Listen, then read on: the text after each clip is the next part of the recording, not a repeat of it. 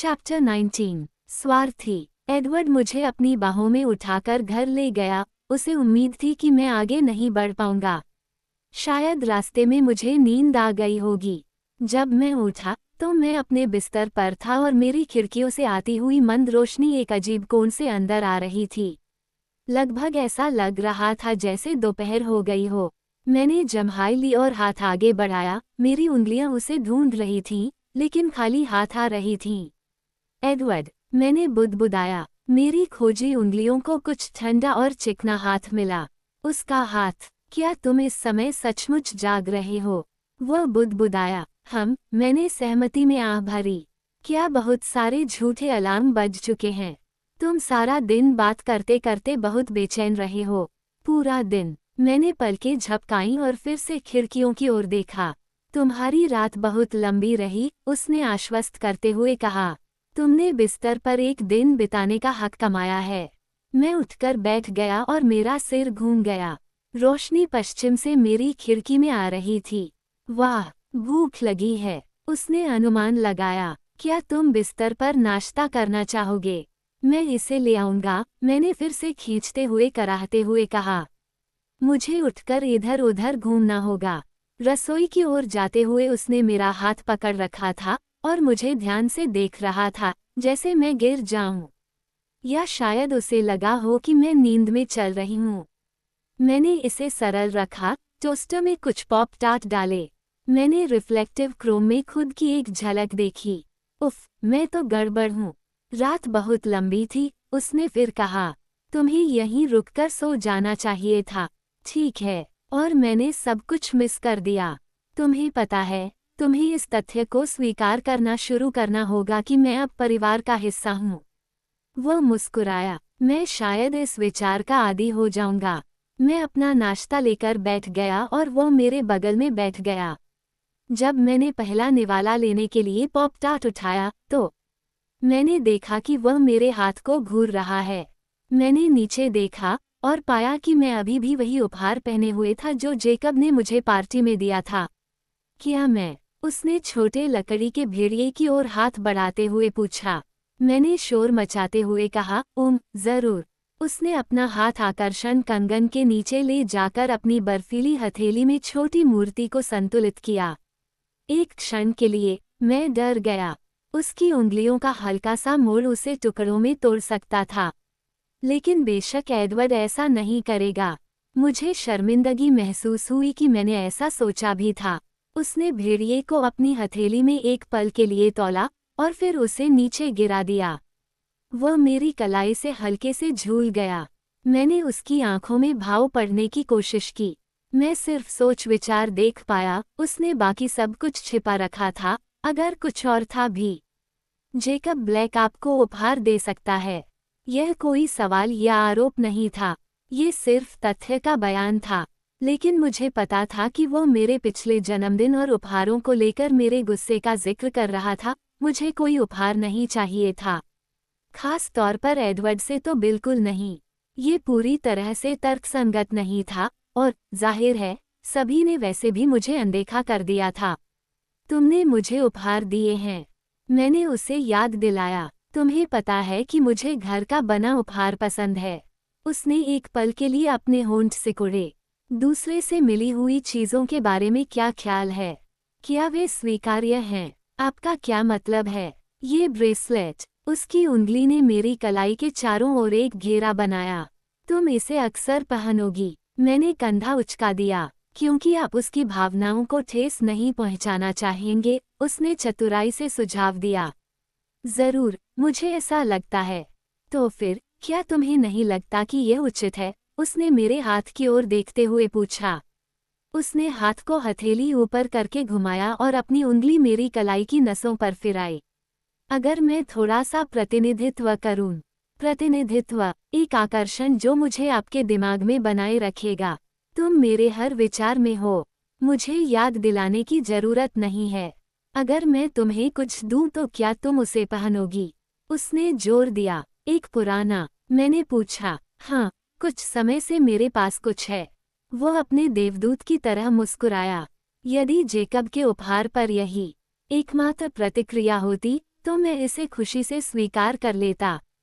जो भी तुम्हें खुशी दे। क्या आपने असमानता पर ध्यान दिया है? उन्होंने पूछा और उनकी आवाज़ आरोप लगाने वाली हो गई। क्योंकि मैंने निश्चित रूप से देखा है। कैसी असमानता? उसकी आंखें सिकुड़ गईं। हर कोई तुम्हें चीजें देकर बच निकलने में सक्षम है। हर कोई मुझे छोड़कर भाग गया। मैं तुम्हें ग्रेजुएशन का तोहफा देना चाहता था, लेकिन मैंने ऐसा नहीं किया। मुझे पता था कि अगर कोई और ऐसा करता तो तुम उससे ज्यादा परेशान होते। ये बिल्कुल अनुचित है। तुम खुद को कैसे समझाओगे? आसान है। मैंने कंधे उचका दिए। तुम बाकी सभी से ज्यादा महत्वपूर्ण हो, और तुमने मुझे तुम दिए हो। ये पहले से ही मेरी योग्यता से ज्यादा है, और तुम मुझे जो कुछ भी दोगे वो हमें और भी ज्यादा असंतुलित कर देगा। वो एक पल के लिए इस बात पर विचार करने लगा और फिर अपनी आंखें घुमा लीं। जिस तरह से तुम मुझे देखते हो वह हास्यास्पद है। मैंने शांति से अपना नाश्ता चबाया। मुझे पता था कि अगर मैं उसे बताऊंगा कि उसने यह उल्टा कर दिया है तो वह मेरी बात नहीं सुनेगा। एडवर्ड का फोन बज उठा। उसने नंबर को खोलने से पहले देखा, यह क्या है? एलिस। उसने मेरी बात सुनी और मैं अचानक घबरा गई, उसकी प्रतिक्रिया का इंतजार करने लगी। लेकिन उसने जो कुछ भी कहा उससे उसे आश्चर्य नहीं हुआ। उसने कुछ बार आह भरी। मैंने भी यही अनुमान लगाया था। उसने मेरी आंखों में देखते हुए, अपनी भौं पर निराशा भरी मुद्रा बनाते हुए कहा, वह नींद में बातें कर रही थी। मैं शर्म से लाल हो गया। अब मैंने क्या कहा था? मैं इसका ध्यान रखूंगा, उन्होंने वादा किया। उसने अपना फोन बंद करते हुए मेरी तरफ देखा और कहा, क्या तुम मुझसे कुछ बात करना चाहोगी? मैंने एक पल के लिए विचार किया। पिछली रात एलिस की चेतावनी को देखते हुए मैं अनुमान लगा सकता था कि उसने क्यों फोन किया था। और फिर मुझे दिन में सोते समय आए परेशान करने वाले सपने याद आ गए, जहां मैं जैस्पर का पीछा कर रहा था, उसका पीछा करने और भूल भुलैया जैसे जंगल में समाशोधन खोजने की कोशिश कर रहा था, ये जानते हुए कि मैं वहां एडवर्ड को पाल लूंगा और वे राक्षस जो मुझे मारना चाहते थे, लेकिन उनकी परवाह नहीं कर रहा था क्योंकि मैंने पहले ही अपना निर्णय ले लिया था। मैं ये भी अनुमान लगा सकता था कि एडवर्ड ने सोते समय क्या सुना था। मैंने एक पल के लिए अपने होंठ दबा लिए, पर मैं उसकी नज़रों से नज़रें नहीं मिला पा रही थी। वह इंतजार कर रहा था। मुझे जैस्पर का विचार पसंद आया, मैंने अंततः कहा। वो करा उठा। मैं मदद करना चाहता हूँ। मुझे कुछ करना है, मैंने जोर दिया। आपको खतरे में डालने से कोई मदद नहीं मिलेगी। जैस्पर को लगता है कि ऐसा होगा। यह उसकी विशेषज्ञता का क्षेत्र है। एडवर्ड ने मेरी ओर घूर कर देखा। तुम मुझे दूर नहीं रख सकते, मैंने धमकी दी। जब तक तुम सब मेरे लिए जोखिम उठाते रहोगे, मैं जंगल में छिपकर नहीं बैठूंगा। अचानक वो मुस्कुराने से कतराने लगा। एलिस तुम्हें खुले मैदान में नहीं देख पा रही है, बेला। वो तुम्हें जंगल में भटकते हुए देख रही है। तुम हमें नहीं ढूंढ पाओगी, तुम बस मेरे लिए तुम्हें ढूंढने में और समय ले जाओगी। मैंने भी उतना ही शांत रहने की कोशिश की जितना वह था। ऐसा इसलिए हुआ क्योंकि एलिस ने सेठ क्लियरवाटर को ध्यान में नहीं रखा। मैंने विनम्रता से कहा, अगर उसने ऐसा किया होता तो वह कुछ भी नहीं देख पाती। लेकिन ऐसा लगता है कि सेठ भी उतना ही वहां जाना चाहता है जितना मैं चाहता हूँ। उसे मुझे रास्ता दिखाने के लिए राजी करना बहुत मुश्किल नहीं होना चाहिए। उसके चेहरे पर गुस्सा झलक रहा था और फिर उसने गहरी सांस ली और खुद को संभाला। शायद ये काम कर जाता अगर तुमने मुझे नहीं बताया होता। अब मैं सैम से सेठ को कुछ आदेश देने के लिए कहूँगा। चाहे वह कितना भी चाहे, सेठ उस तरह के आदेश को अनदेखा नहीं कर पाएगा। मैंने अपनी मुस्कान को खुशनुमा बनाए रखा। लेकिन सैम ये आदेश क्यों देगा? अगर मैं उसे बताऊं कि वहां रहने से मुझे क्या फ़ायदा होगा, तो मैं सोचूंगा कि सैम तुम्हारे बजाय मुझ पर एहसान करेगा। उसे फिर से अपने आप को संभालना पड़ा। शायद तुम सही हो, लेकिन मुझे यकीन है कि जेकब भी वही आदेश देने के लिए बहुत उत्सुक होगा। मैंने भौहें सिकोड़ते हुए कहा, जेकब दूसरे नंबर का कमांडर है। क्या उसने तुम्हें ये कभी नहीं बताया? उसके आदेशों का भी पालन करना होगा। वह मेरे पास था और उसकी मुस्कान से वो ये जानता था। मेरा माथा सिकुड़ गया। जेकब एक पल के लिए अपनी तरफ होगा, मुझे यकीन था। और जेकब ने मुझे ये कभी नहीं बताया था। इसमें एडवर्ड ने इस तथ्य का फायदा उठाया कि मैं क्षण भर के लिए स्तब्ध थी और संदेहास्पद रूप से मधुर और शांत आवाज में बोलना जारी रखा। कल रात मुझे समूह के मन की एक दिलचस्प झलक देखने को मिली।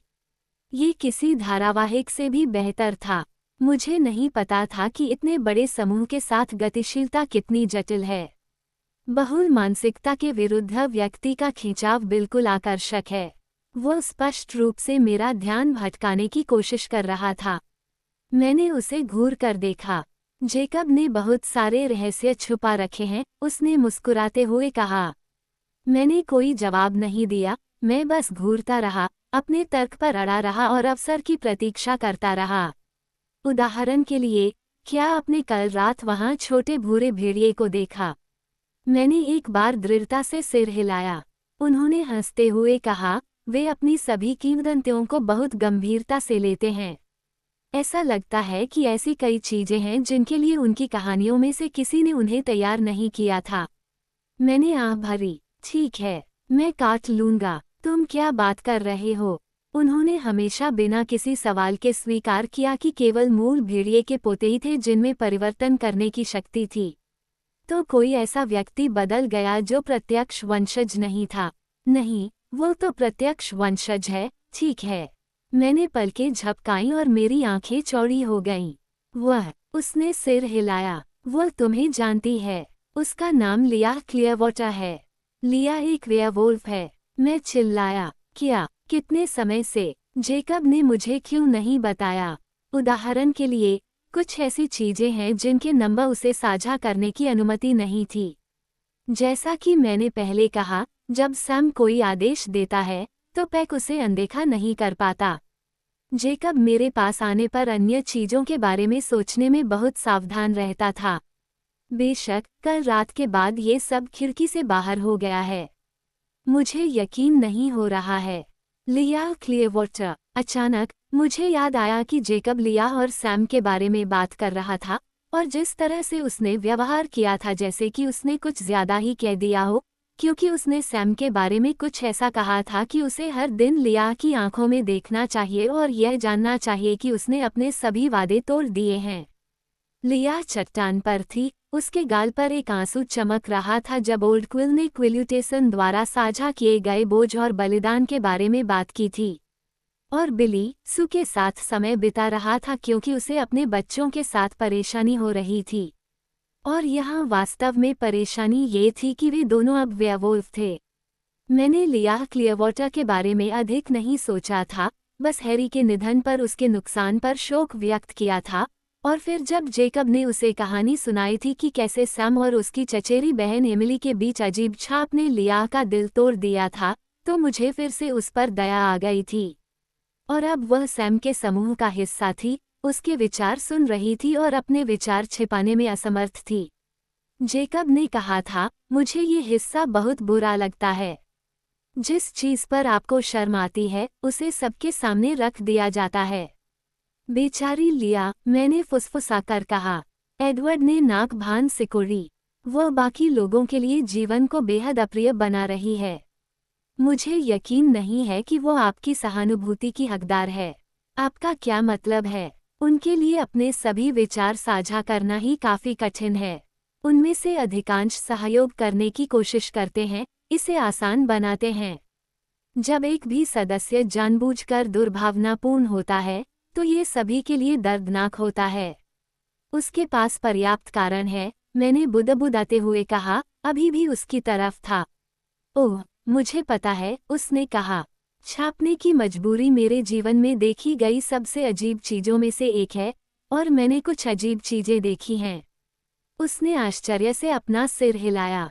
जिस तरह से सैम अपनी एमिली से बंधा हुआ है, उसका वर्णन करना असंभव है, या मुझे कहना चाहिए कि उसका सैम के पास वास्तव में कोई विकल्प नहीं था।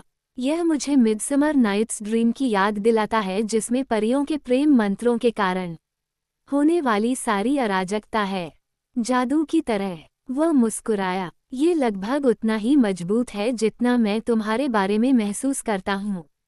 बेचारी लिया, मैंने फिर कहा। लेकिन तुम्हारा क्या मतलब है, दुर्भावनापूर्ण। उन्होंने बताया, वो लगातार ऐसी बातें सामने लाती रहती है जिनके बारे में वे सोचना भी नहीं चाहते। उदाहरण के लिए, एम्ब्री। एम्ब्री को क्या हो गया है? मैंने आश्चर्य से पूछा। उसकी माँ 17 साल पहले माकाह रिजर्वेशन से यहाँ आई थी, जब वह गर्भवती थी। वो क्विल्यूट नहीं है। हर किसी ने मान लिया था कि वह अपने पिता को माकाह के साथ छोड़ गई होगी। लेकिन फिर वह भी उनके साथ शामिल हो गया। इसलिए अतः उनके पिता के लिए मुख्य उम्मीदवार क्विल अटेरा सीनियर, जोशुआ ओली या बिली ब्लैक हैं, और निश्चित रूप से उन सभी ने उस समय विवाह किया होगा। नहीं, मैंने चौंक कर कहा। एडवर्ड सही था, ये बिल्कुल एक सोप ओपेरा जैसा था। अब सैम, जेकब और क्विल सभी को आश्चर्य है कि उनमें से किसका सौतेला भाई है। वे सभी यह सोचना चाहेंगे कि यह सैम ही है, क्योंकि उसके पिता कभी भी पिता के रूप में अच्छे नहीं रहे। लेकिन संदेह हमेशा बना रहता है। जेकब कभी भी बिली से इस बारे में पूछ नहीं पाया। वाह, एक रात में इतना कुछ कैसे मिल गया। समूह का दिमाग मंत्रमुग्ध कर देने वाला है। सभी एक साथ सोचते हैं और फिर एक ही समय में अलग अलग सोचते हैं। पढ़ने के लिए बहुत कुछ है। वो हल्के फुल्के पछतावे से भरा हुआ लग रहा था, जैसे किसी को क्लाइमैक्स से ठीक पहले एक अच्छी किताब छोड़नी पड़ी हो। मैं हंसा। ये समूह बहुत ही आकर्षक है, मैंने सहमति जताई। यह उतना ही आकर्षक है जितना कि आप तब होते हैं जब आप ध्यान भटकाने की कोशिश करते हैं। मुझे उनका चेहरा पुनः विनम्र और एक आदर्श पोकर चेहरा बन गया। मुझे उस समाशोधन स्थल पर जाना है, एडवर्ड। नहीं, उन्होंने बहुत ही अंतिम स्वर में कहा। उस क्षण मुझे एक निश्चित रास्ता सूझा। यह इतना भी महत्वपूर्ण नहीं था कि मुझे समाशोधन स्थल पर होना था। मुझे बस वहीं होना था जहां एडवर्ड था। क्रूर, मैंने खुद पर आरोप लगाया। स्वार्थी, स्वार्थी, स्वार्थी। ऐसा मत करो। मैंने अपनी बेहतर प्रवृत्ति को नज़रअंदाज कर दिया। हालांकि बोलते समय मैं उसकी तरफ नहीं देख सकता था। अपराधबोध के कारण मेरी आंखें मेज पर चिपकी हुई थीं। ठीक है, देखो एडवर्ड, मैंने फुसफुसाते हुए कहा। बात यह है, मैं पहले ही एक बार पागल हो चुकी हूँ। मुझे पता है कि मेरी सीमाएं क्या हैं और अगर तुम मुझे फिर से छोड़ दोगे तो मैं इसे बर्दाश्त नहीं कर सकती। मैंने उसकी प्रतिक्रिया देखने के लिए ऊपर नहीं देखा, ये जानने से डरता था कि मैं उसे कितना दर्द पहुंचा रहा हूँ। मैंने उसकी अचानक सांस लेने की आवाज़ और उसके बाद की खामोशी सुनी। मैं गहरे रंग की लकड़ी की मेज को देखता रहा, काश मैं अपने शब्द वापस ले पाता। लेकिन जानता था कि शायद मैं ऐसा नहीं कर पाऊंगा। अगर यह काम करता तो नहीं। अचानक उसकी बाहें मेरे चारों ओर थीं, उसके हाथ मेरे चेहरे, मेरी बाहों को सहला रहे थे। वह मुझे सांत्वना दे रहा था। अपराधबोध सर्पिल मोड में चला गया, लेकिन जीवित रहने की प्रवृत्ति मजबूत थी। इसमें कोई संदेह नहीं था कि वह मेरे अस्तित्व के लिए मौलिक था। तुम्हें पता है कि ऐसा नहीं है, बेला, उसने धीरे से कहा। मैं ज्यादा दूर नहीं जाऊंगा और यह जल्दी ही खत्म हो जाएगा। मैं इसे बर्दाश्त नहीं कर सकता, मैंने जोर देते हुए कहा, अभी भी नीचे की ओर देखते हुए। पता नहीं तुम वापस आओगे या नहीं।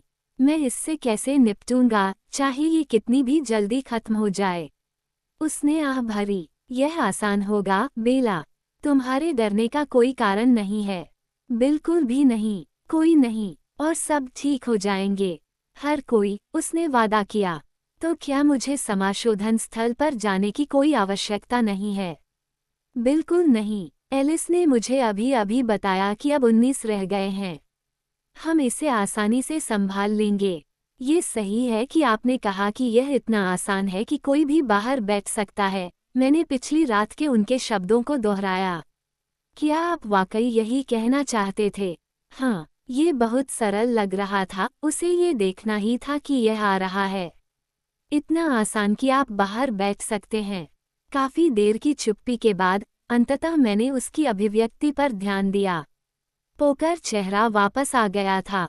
मैंने गहरी सांस ली। तो यह एक तरीका है या दूसरा? या तो वहाँ उससे ज्यादा खतरा है जिसके बारे में तुम मुझे बताना चाहते हो। उस स्थिति में मेरे लिए वहाँ रहना और जो मैं मदद कर सकता हूँ वो करना सही होगा। या यह इतना आसान होगा कि वे तुम्हारे बिना ही काम चला लेंगे। कौन सा तरीका है? वह बोला नहीं। मुझे पता था कि वह भी वही सोच रहा था जो मैं सोच रहा था। कार्लिसले, एस्मे, एमिट, रोजली, जेस्पर, और मैंने खुद को अंतिम नाम सोचने पर मजबूर किया। और एलिस। मुझे आश्चर्य हुआ कि क्या मैं एक राक्षस हूँ। वह राक्षस नहीं जिसे वह खुद समझता था, बल्कि असली राक्षस। वह राक्षस जो लोगों को चोट पहुंचाता है। वह राक्षस जिसकी चाहत की कोई सीमा नहीं होती। मैं उसे सुरक्षित रखना चाहता था, अपने साथ सुरक्षित रखना चाहता था। क्या मेरे पास कोई सीमा थी कि मैं क्या करूं, मैं इसके लिए क्या त्याग करूं? मुझे यकीन नहीं था। आप मुझसे कहते हैं कि मैं उन्हें बिना मेरी मदद के लड़ने दूं? उसने शांत स्वर में कहा। हाँ। मुझे आश्चर्य हुआ कि मैं अपनी आवाज को संतुलित रख पाया। मुझे अंदर से बहुत बुरा लग रहा था। या मुझे वहां रहने दिया जाए, किसी भी तरह, जब तक हम साथ हैं।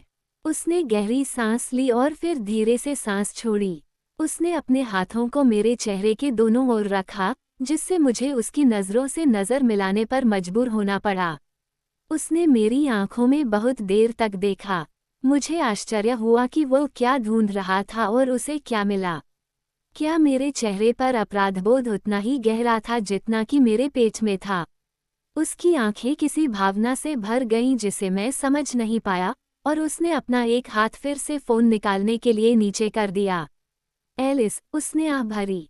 क्या तुम थोड़ी देर के लिए बेला की देखभाल करने आ सकती हो? उसने एक भौं उठाई और मुझे शब्द पर आपत्ति जताने की हिम्मत दी। मुझे जेस्पर से बात करनी है। जाहिर है वह सहमत हो गई। उसने फोन रख दिया और फिर से मेरे चेहरे को घूरने लगा। तुम जेस्पर से क्या कहने जा रहे हो? मैंने फुसफुसाकर पूछा। मैं चर्चा करने जा रहा हूँ। मैं बाहर बैठूंगा। उनके चेहरे पर यह स्पष्ट रूप से देखा जा सकता था कि उनके लिए ये शब्द कितने कठिन थे। मुझे माफ करें। मुझे खेद था। मुझे उससे ऐसा करने के लिए मजबूर करना अच्छा नहीं लगा। इतना भी नहीं कि मैं नकली मुस्कान देकर उससे कह सकूं कि वो मेरे बिना ही आगे बढ़ जाए। निश्चित रूप से इतना भी नहीं। माफी मत मांगो, उसने थोड़ा मुस्कुराते हुए कहा। बेला, मुझे ये बताने से कभी मत डरो कि तुम क्या महसूस कर रही हो। अगर तुम्हें यही चाहिए। उसने कंधे उचका दिए। तुम मेरी पहली प्राथमिकता हो।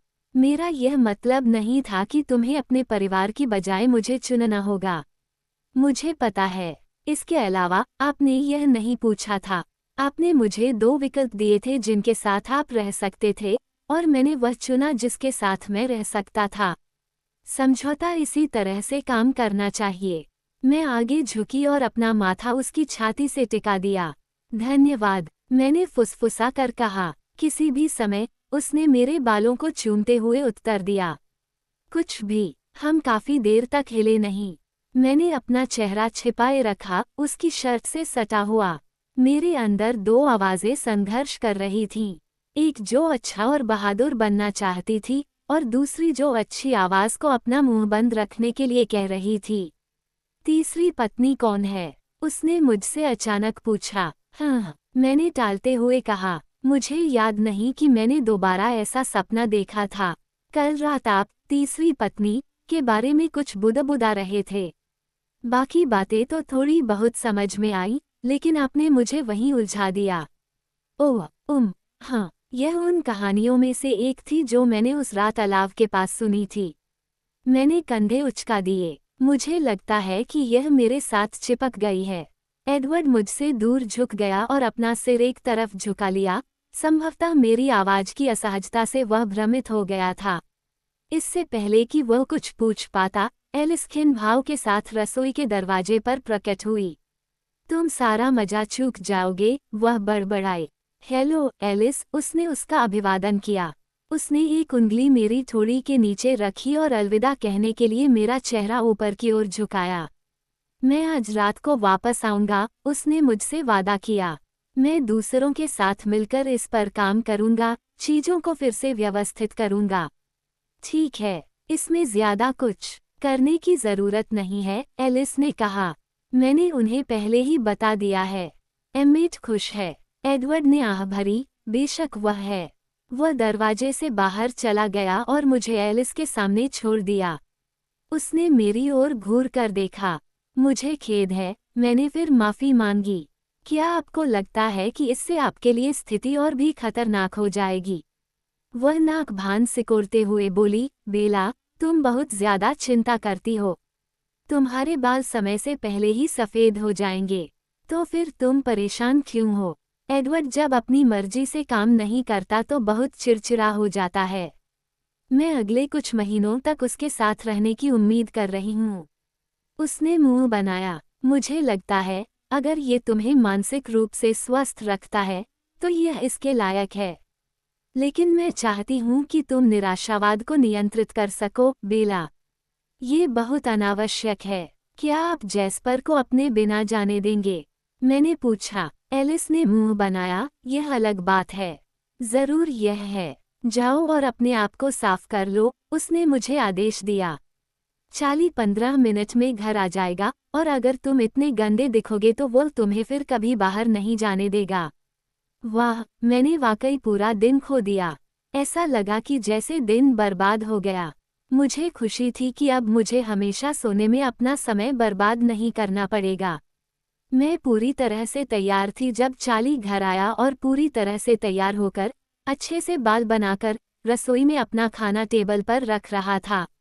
एलिस एडवर्ड की हमेशा की तरह वाली जगह पर बैठी थी, और ऐसा लग रहा था कि इससे चार्ली का दिन बन गया। Howdy, Alice. आप कैसे हैं, प्रिय? मैं ठीक हूँ, चार्ली, धन्यवाद। देखा, तुम आखिरकार बिस्तर से बाहर निकल आए, नींद में पागल, उसने मुझसे कहा जब मैं उसके पास बैठा था, फिर एलिस की ओर मुड़ा। हर कोई उस पार्टी के बारे में बात कर रहा है जो तुम्हारे माता पिता ने कल रात दी थी। मैं शर्त लगा सकता हूँ कि तुम्हारे आगे साफ सफाई का बहुत बड़ा काम है। एलिस ने कंधे उचका दिए। उसे पता था कि यह पहले ही हो चुका था। यह इसके लायक था, उसने कहा। यह एक शानदार पार्टी थी। एडवर्ड कहाँ है? चार्ली ने थोड़ी नाराजगी से पूछा। क्या वह सफाई में मदद कर रहा है? एलिस ने आह भरी और उसका चेहरा उदास हो गया। यह शायद एक नाटक था, लेकिन यह मेरे लिए सकारात्मक होने के लिए बहुत सही था। नहीं, वह एम्मेट और कार्लिसले के साथ सप्ताहांत की योजना बना रहा है। फिर से पदयात्रा। एलिस ने सिर हिलाया, उसका चेहरा अचानक उदास हो गया। हाँ, वे सभी जा रहे हैं, सिवाय मेरे। हम हमेशा स्कूल वर्ष के अंत में बैकपैकिंग पर जाते हैं, एक तरह का उत्सव, लेकिन इस साल मैंने फैसला किया कि मैं पैदल यात्रा करने के बजाय खरीदारी करना पसंद करूंगी, और उनमें से कोई भी मेरे साथ पीछे नहीं रहेगा। मैं परित्यक्त हूँ। उसका चेहरा सिकुड़ गया, भाव इतना हताश था कि चार्ली अपने आप उसकी ओर झुक गया, एक हाथ आगे बढ़ा, किसी तरह मदद करने की कोशिश कर रहा था। मैंने उसे संदेह भरी निगाहों से देखा। वह क्या कर रही थी? एलिस, प्रिय, तुम हमारे साथ क्यों नहीं रहती? चार्ली ने प्रस्ताव दिया। मुझे इस बड़े घर में तुम्हें अकेले देखकर नफरत होती है। उसने आह भरी। किसी चीज ने मेज के नीचे मेरा पैर कुचल दिया। ओह, मैंने विरोध किया। चार्ली मेरी ओर मुड़ा। क्या? एलिस ने मुझे निराश नजर से देखा। मैं समझ गया कि उसे लगा कि मैं आज रात बहुत धीमा था। मेरे पैर की अंगुली पर चोट लग गई। मैंने बुदबुदाया। ओह, उसने एलिस की ओर देखा। तो ये कैसा है? उसने फिर मेरे पैर पर पैर रखा, लेकिन इस बार इतनी जोर से नहीं। अरे पापा, आप जानते हैं, हमारे यहाँ रहने की अच्छी व्यवस्था नहीं है। मुझे यकीन है कि एलिस मेरे फ्लो पर सोना नहीं चाहेगी। चार्ली ने अपने होंठ भींच लिए। एलिस ने फिर से हताश भाव दिखाया। शायद बेला को तुम्हारे साथ वहीं रहना चाहिए, उसने सुझाव दिया। बस तब तक जब तक तुम्हारे माता पिता वापस नहीं आ जाते। ओह, क्या तुम ऐसा करोगी, बेला? एलिस ने मुझे देखकर मुस्कुराते हुए कहा। तुम्हें मेरे साथ शॉपिंग करने में कोई आपत्ति नहीं है न? जरूर, मैंने सहमति जताई। खरीदारी, ठीक है। वे कब जा रहे हैं? चार्ली ने पूछा। एलिस ने दूसरा चेहरा बनाया। कल। तुम मुझे कब चाहते हो?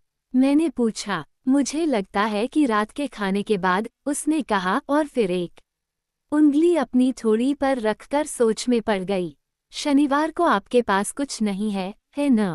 मैं खरीदारी करने के लिए शहर से बाहर जाना चाहती हूँ और यह पूरे दिन चलने वाला काम होगा। सिएटल नहीं, चार्ली ने भौहें सिकोड़ते हुए कहा। बिल्कुल नहीं, एलिस ने तुरंत सहमति जताई, हालांकि हम दोनों जानते थे कि शनिवार को सिएटल काफी सुरक्षित रहेगा।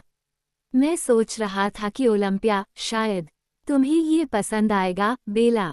चार्ली राहत से खुश था। जाओ और शहर का भरपूर आनंद लो। हाँ, पिताजी, ये बहुत अच्छा होगा। एक आसान सी बातचीत से एलिस ने युद्ध के लिए मेरा कार्यक्रम तय कर दिया। एडवर्ड कुछ ही देर बाद वापस आ गया। उसने चार्ली की शुभकामनाओं को बिना किसी आश्चर्य के स्वीकार कर लिया। उसने दावा किया कि वे सुबह जल्दी निकल रहे थे और सामान्य समय से पहले ही गुड नाइट कह दिया। एलिस उसके साथ चली गई। उनके जाने के तुरंत बाद मैंने माफी मांगी। आप थके हुए नहीं हो सकते, चार्ली ने विरोध किया। थोड़ा सा, मैंने झूठ बोला। कोई आश्चर्य नहीं कि तुम पार्टियों में जाना छोड़ देना पसंद करती हो, उसने बुदबुदाया। तुम्हें ठीक होने में बहुत समय लगता है। ऊपर, एडवर्ड मेरे बिस्तर पर लेटा हुआ था।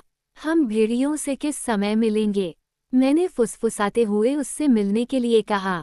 1 घंटे में। यह अच्छी बात है। जैक और उसके दोस्तों को थोड़ी नींद लेने की जरूरत है। उन्होंने कहा, उन्हें उतनी जरूरत नहीं है जितनी आपको है। मैंने दूसरे विषय पर बात शुरू कर दी, यह मानते हुए कि वो मुझे घर पर रहने के लिए मनाने की कोशिश कर रहा था। क्या एलिस ने तुम्हें बताया कि वह मुझे फिर से अगवा कर रही है? वह मुस्कुराया। वास्तव में, वह नहीं है। मैं असमंजस में उसकी ओर देखती रही और वो मेरी अभिव्यक्ति पर धीरे से हंस पड़ा। मैं ही एकमात्र व्यक्ति हूँ जिसे तुम्हें बंधक बनाने की अनुमति है, याद है? उसने कहा। एलिस जा रही है। बाकी लोगों के साथ शिकार करना।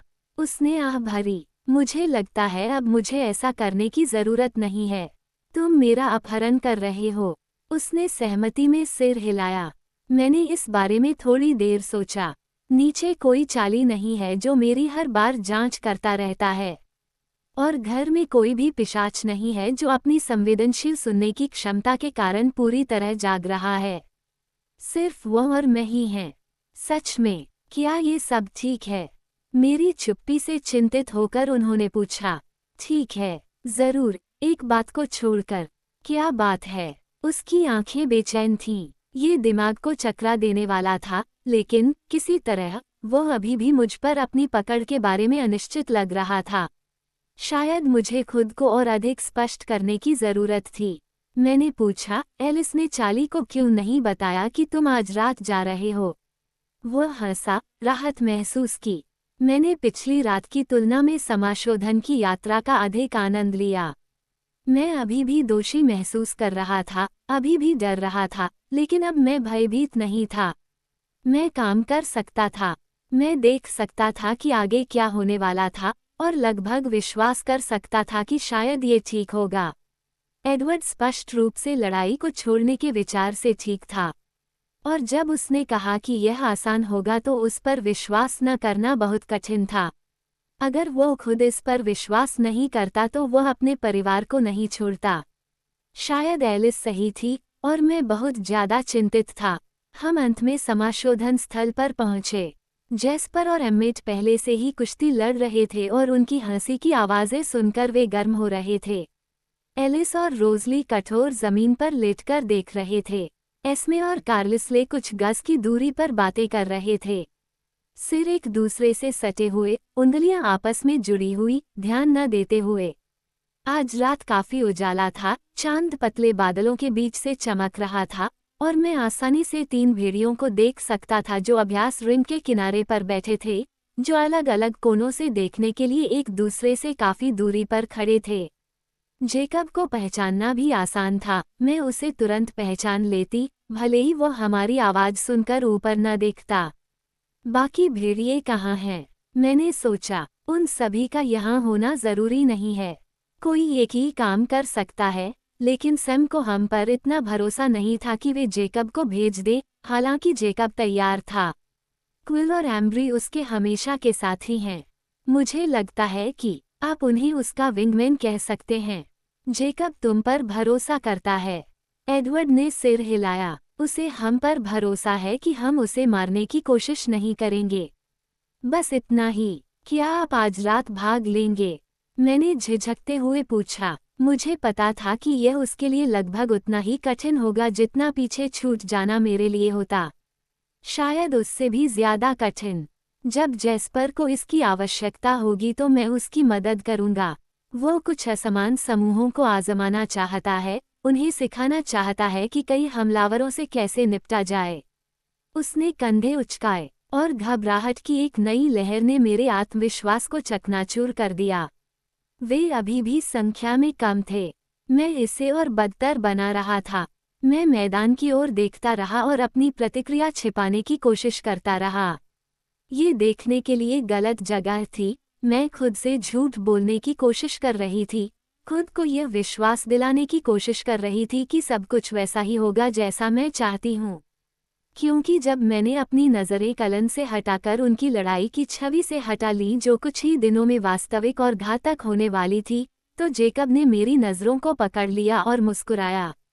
ये पहले जैसे ही भेड़िया जैसी मुस्कान थी। उसकी आंखें उसी तरह सिकुड़ी हुई थी जैसे तब थी जब वह इंसान था। यह विश्वास करना कठिन था कि कुछ समय पहले ही मुझे भयावह वेयरवुल्फ मिले थे, जिनके बारे में बुरे सपने देखकर मेरी नींद उड़ गई थी। मैं बिना पूछे ही जान गया कि बाकी में से कौन एम्ब्री था और कौन क्विल। क्योंकि एम्ब्री स्पष्ट रूप से पतला भूरा भेड़िया था जिसकी पीठ पर काले धब्बे थे, जो बहुत धैर्य से देख रहा था, जबकि क्विल गहरे चॉकलेटी भूरे रंग का, उसके चेहरे पर हल्का रंग लगातार हिल रहा था। ऐसा लग रहा था जैसे वह नकली लड़ाई में शामिल होने के लिए तड़प रहा हो। वे राक्षस नहीं थे, इस तरह भी नहीं। वे दोस्त थे, ऐसे दोस्त जो एम्मेट और जैस्पर की तरह अविनाशी नहीं दिखते थे, कोबरा के हमलों से भी तेज चलते थे जबकि चांद की रोशनी उनकी ग्रेनाइट जैसी सख्त त्वचा पर चमकती थी। ऐसे दोस्त जो यहाँ शामिल खतरे को नहीं समझते थे, ऐसे दोस्त जो अभी भी कुछ हद तक नश्वर थे, ऐसे दोस्त जो खून बहा सकते थे, ऐसे दोस्त जो मर सकते थे। एडवर्ड का आत्मविश्वास आश्वस्त करने वाला था, क्योंकि यह स्पष्ट था कि वो वास्तव में अपने परिवार के बारे में चिंतित नहीं था। लेकिन अगर भेड़ियों को कुछ हो गया तो क्या इससे उसे दुख होगा? अगर वह संभावना उसे परेशान नहीं करती तो क्या उसके चिंतित होने का कोई कारण था? एडवर्ड का आत्मविश्वास मेरे डर के केवल एक सेट पर लागू होता है। मैंने जेकब की तरफ मुस्कुराने की कोशिश की, लेकिन गले में गांठ महसूस होने लगी। मैं ठीक से जवाब नहीं दे पाया। जेकब हल्के से अपने पैरों पर खड़ा हुआ, उसकी चपलता उसके विशाल शरीर के साथ मेल नहीं खा रही थी, और वह दौड़ता हुआ उस जगह पर पहुंचा जहां एडवर्ड और मैं किनारे पर खड़े थे। जेकब, एडवर्ड ने विनम्रता से उसका अभिवादन किया। जेकब ने उसे अनदेखा कर दिया, उसकी गहरी आंखें मुझ पर थीं। उसने अपना सिर मेरे स्तर पर झुकाया, जैसा उसने कल किया था, और उसे एक तरफ झुका दिया। उसके थूथन से एक धीमी सी फुसफुसाहट निकली। मैं ठीक हूँ, मैंने उत्तर दिया। मुझे एडवर्ड द्वारा दिए जाने वाले अनुवाद की आवश्यकता नहीं थी, बस चिंता थी, आप जानते हैं। जेकब मेरी ओर देखता रहा। वह जानना चाहता है क्यों, एडवर्ड ने धीरे से कहा। जेकब ने धमकी भरी आवाज नहीं, बल्कि झुंझलाहट भरी आवाज निकाली और एडवर्ड के होंठ फड़क उठे। क्या? मैंने पूछ लिया। उन्हें लगता है कि मेरे अनुवाद में कुछ कमी रह गई है। असल में उन्हें लगा कि ये वाकई बेवकूफ़ी है। इसमें चिंता की क्या बात है? मैंने संपादन किया, क्योंकि मुझे लगा कि यह असभ्य है। मैं आधे से ज्यादा मुस्कुराया, वास्तव में खुश होने के लिए बहुत उत्सुक था। चिंता करने के लिए बहुत कुछ है, मैंने जेकब से कहा। जैसे कि कुछ बेवकूफ़ भेड़ियों का झुंड खुद को चोट पहुंचा रहा हो। जेकब खांसते हुए हंसा। एडवर्ड ने आह भरी। जैस्पर को मदद चाहिए। अनुवादक के बिना तुम ठीक रहोगे। मैं संभाल लूंगा। एडवर्ड 1 मिनट तक मेरी ओर उत्सुकता से देखता रहा। उसके हाव भाव को समझना कठिन था, फिर उसने अपनी पीठ मोड़ ली और उस ओर बढ़ गया जहां जैस्पर इंतजार कर रहा था। मैं वहीं बैठ गया जहां मैं था। जमीन ठंडी और असुविधाजनक थी। जेकब ने एक कदम आगे बढ़ाया, फिर मेरी तरफ देखा और उसके गले से एक धीमी सी कराह निकली। उसने एक और आधा कदम आगे बढ़ाया। मेरे बिना ही चले जाओ, मैंने उससे कहा। मैं नहीं देखना चाहता। जेकब ने एक क्षण के लिए अपना सिर फिर से एक ओर झुका लिया और फिर एक गहरी सांस लेकर मेरे पास जमीन पर लेट गया। सच में, तुम आगे बढ़ सकते हो, मैंने उसे आश्वस्त किया। उसने कोई जवाब नहीं दिया, उसने बस अपना सिर अपने पंजों पर टिका दिया। मैं चमकीले चांदी के बादलों को घूरता रहा, लड़ाई देखना नहीं चाहता था। मेरी कल्पना में बहुत ईंधन भर चुका था। मैदान में हवा का झोंका आया और मैं कांप उठा। जेकब मेरे करीब आ गया और उसने अपना गर्म फर मेरे बाईं ओर दबा दिया। धन्यवाद, आपने बुदबुदाया। कुछ मिनटों के बाद मैं उसके चौड़े कंधे पर झुक गई। इस तरह से मुझे ज्यादा आराम मिला। बादल धीरे धीरे आकाश में घूमते रहे, घने बादल चांद को पार करते हुए आगे बढ़ गए और फिर मंद होते गए। मैं अनजाने में ही अपनी उंगलियां उसकी गर्दन के बालों में घुसाने लगा। कल उसने जो अजीब सी गुनगुनाहट की आवाज निकाली थी, वही उसके गले में गूंज रही थी। यह एक तरह की घरेलू आवाज थी, बिल्ली की खरखराहट से भी ज्यादा कर्कश, जंगली, लेकिन संतुष्टि का वही भाव व्यक्त करती हुई। आप जानते हैं, मेरे पास कभी कुत्ता नहीं रहा, मैंने सोचा। मैं हमेशा एक कुत्ता चाहता था, लेकिन रेनी को एलर्जी है। जेकब हंसा, उसका शरीर मेरे नीचे कांप उठा। क्या तुम्हें शनिवार की बिल्कुल भी चिंता नहीं है? मैंने पूछा। उसने अपना विशाल सिर मेरी ओर घुमाया, जिससे मैं उसकी एक आंख को घूमते हुए देख सका। काश मैं भी इतना सकारात्मक महसूस कर पाता।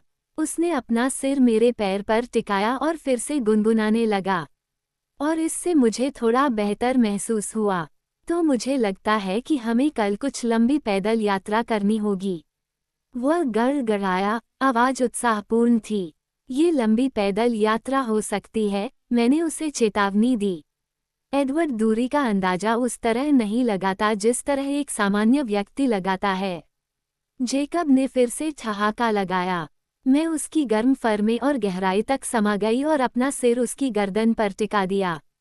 यह अजीब था, भले ही वह इस विचित्र रूप में था, लेकिन ये जैक और मेरे बीच की सहज दोस्ती की तरह लग रहा था, जो सांस लेने और छोड़ने की तरह स्वाभाविक थी।